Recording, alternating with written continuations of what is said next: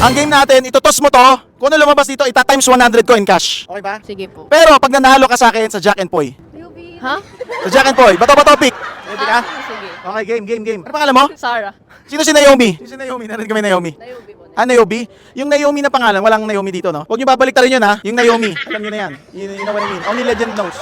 Anyway, okay, bato-bato pick tayo. Ready na tayo? Dali para habang may araw. Isa lang to, ha? Galingan mo, be. Ready ka na? Sige po. Okay, ready? Bato, pick! Oh! Nanalo ka! Dahil dyan, itos mo na to kung lumabas dito at the times 100 natin in cash. Sige, dito ha? Dito lang. Sige, bato. Sige, bato. Baka magdikit. Yun, ayun na. Ano lumabas? Oy! Okay, 2 plus 3. 5. Ang galing mo! Ang gagaling talaga ng mga taga-enyo. Palakpakan natin. Okay, ito tanong ko sa'yo. 5 plus 5 times 100 equals? 500. Dahil dyan, meron kang 500 pesos. Ganun lang kadali. Ititikto ka lang no, na-istorbo ka. Pasensya ka na, na-istorbo kita, tapos nagka 500 ka, no? Thank you po.